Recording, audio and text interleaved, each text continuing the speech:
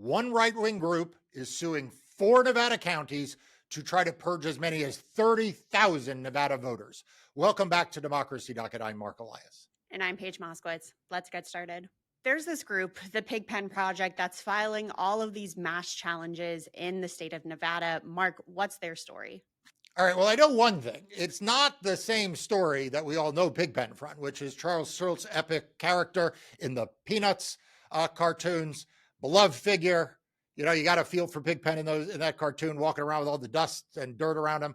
But this is a right-wing group founded by a conservative activist who, you know, is working with the Cleta Mitchell-backed Election Integrity Network, True the Vote, Vote Ref, all of those, that constellation of right-wing groups that we see from state to state that are trying to, you know, make it harder for people to vote, make it easier to challenge voters, do all of this stuff. They claim that they are doing boots on the ground canvassing and going door to door to confirm people's voter registration addresses because they're going to clean up the voter rolls. That's all a bunch of nonsense.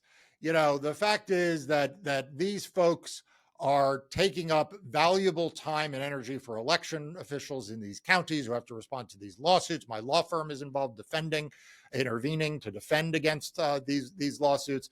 But this is just more of the same, Paige, of what we are seeing from state to state. Pigpen claims that they filed over 30,000 voter challenges this summer in Nevada. Now, 20,000 of those were in Clark County alone, where Las Vegas is located. But now, like you mentioned, they're turning to the courts to try to purge these voters. Yeah, look, I mean, first of all, we should be clear that when we say that they are filing these challenges, they're trying to disenfranchise these voters. Right? They're trying to say that these 30,000 people should not be allowed to vote. And that is the crux of this. As you say, they are trying to purge these people from the rolls. And, you know, the lawsuits are spread out. It's actually 3 lawsuits, but covering 4 different jurisdictions. Clark County, which is where Las Vegas is, biggest county in the state. Washoe County, second biggest county, that is where Reno is. Story County, and then Carson City. Those are the 4 jurisdictions that are being challenged in those 3 lawsuits. And, you know, essentially what they're complaining about is that these counties are not kicking these voters off the rolls. They're not doing it. Instead, what these counties are doing is they're following the law. They're following Nevada law. They're following the guidance from the Secretary of State in Nevada. And, you know, and I'm proud that, as I mentioned, my law firm is representing intervener defendants against these lawsuits. Also, the counties that are defending them, and the state of Nevada is also now, the Secretary of State's office has gotten involved to defend against these lawsuits as well. Pigpen has made it clear that they intend to file kind of lawsuits, file voter challenges like these in every single county in Nevada. Now, we've discussed before, federal law prohibits states from doing large list maintenance within 90 days of a federal election. Would that apply here? Yeah, so let's call it what it is. Federal law prevents purges, mass purges before elections. And there's a reason for that. There's a reason for that. And the reason is that the Republican Party had a shameful history of engaging in these mass purges shortly before elections. And Congress passed a law to put an end to that. And, you know, for several decades now, that has meant that within 90 days before an election, you do not have states and counties engaged in these mass removals, and it protects voters. You know, the counties have to do list maintenance for sure. They can do it at other points in the election cycle, but they can't do it on the eve of elections because that risks for the voters who are removed. It risks subjecting them to a lot of inconvenience and potentially to disenfranchisement. But what we have seen this year, and it's not just in Nevada, you know, we have seen this in Georgia, we've seen this in Pennsylvania, we have seen this in Alabama, where the Department of Justice is suing the state of Alabama.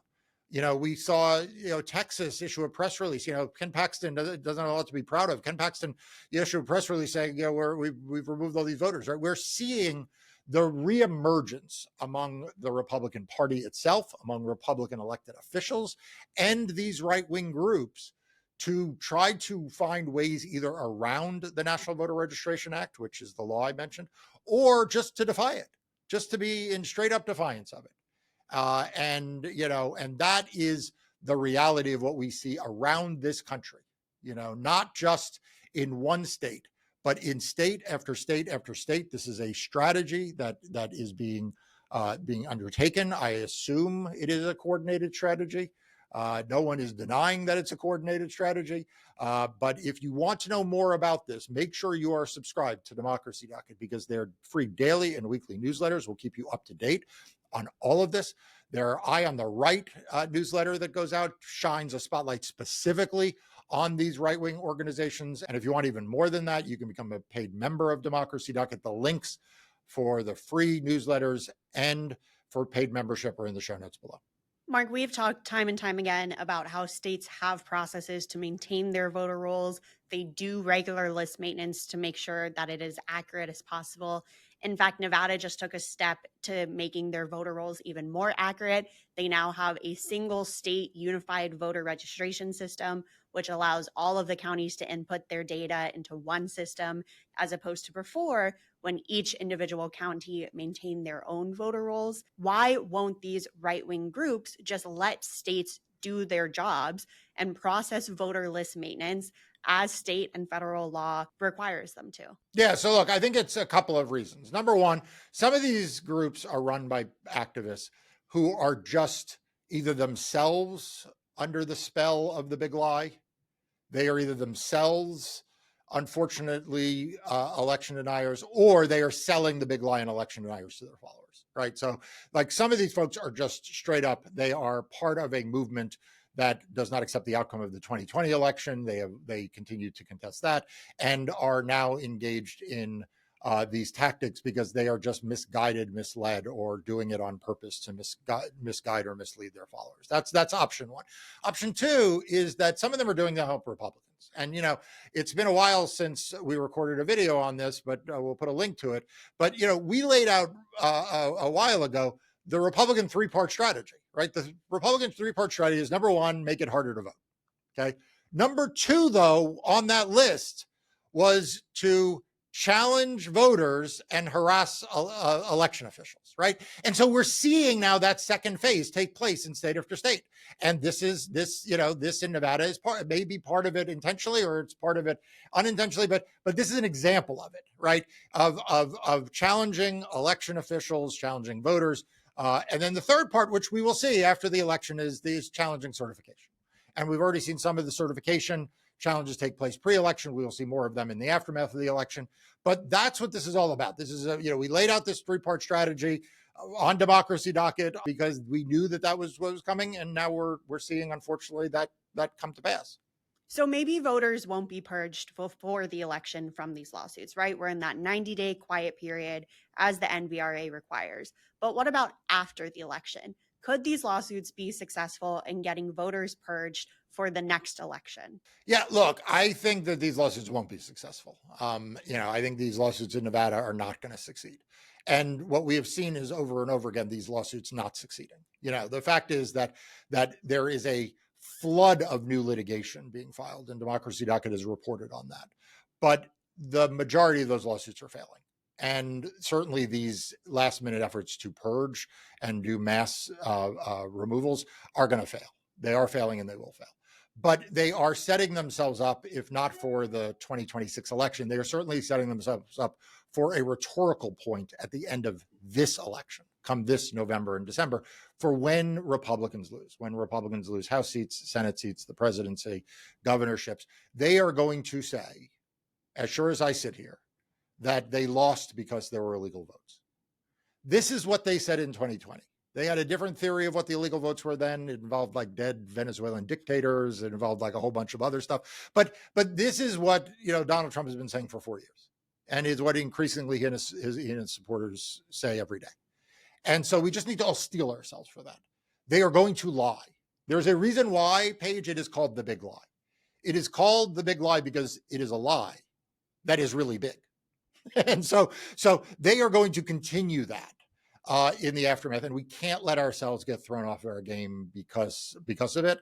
We have to defeat these cases in court. We have to treat them seriously as threats to democracy, because all threats to democracy are serious. But we also cannot allow ourselves to get tied in knots over them, because if it's not this lie, it'll be another lie. Mark, every time we talk about voter purges, voter challenges, the biggest question we always get is how do I know if I've been purged and what should I do if that's the case? Yeah. So look, I urge everyone watching this video to do me a favor and do three things. Number one, check your voter registration. Go to your state's election website or your local county website if they have one, and check your voter registration. It takes 2 seconds to do, and it will give you peace of mind that you are registered. You may think you're registered and maybe you're not. It'll make sure your registration's up to date, that if you moved or something, but also it'll check to make sure it's still active, that you haven't been removed, that there hasn't been some error or purge or something that has left you out. So number one, check your registration. And if you're not already registered, make sure you register now. Okay, don't wait, register today. So that's number one. Number two, have a plan to vote. So I know a lot of you are saying, I know how to vote, but you know what? Polls move. They go from the middle school to the elementary school. They may now use vote centers rather than local polling places. There may be early voting. The early voting hours may have shifted. There may be more expanded vote by mail options, right? So make a plan to vote. Know how you're going to vote. Are you going to vote by mail? Are you going to vote in person? Are you going to vote early? Are you going to vote election day? Have a plan and know what those rules are in advance so that you can execute that plan so that you do vote. And number three, make sure you and your friends vote, right? Like make sure in the end, you have checked your registration, your friends have checked their registration, you have a plan to vote, they have a plan to vote, but make sure you and your friends and your family all do vote. Make sure that people don't get discouraged or sit it out or think it doesn't matter. The cynics want you to lose interest. The cynics want you to believe your vote won't matter. Donald Trump wants you to think that the election is rigged against you. He wants you to think that he is in charge. But what if all of us make sure we are registered, we have a plan to vote, and we and our friends and our families all vote, we will win. When we vote, we will win. So please do those three things, and I promise in November, everything will be okay. Thank you for joining and watching this episode of Democracy Docket. Please make sure you're subscribed to Democracy Docket's free daily and weekly newsletters. We'll see you next time.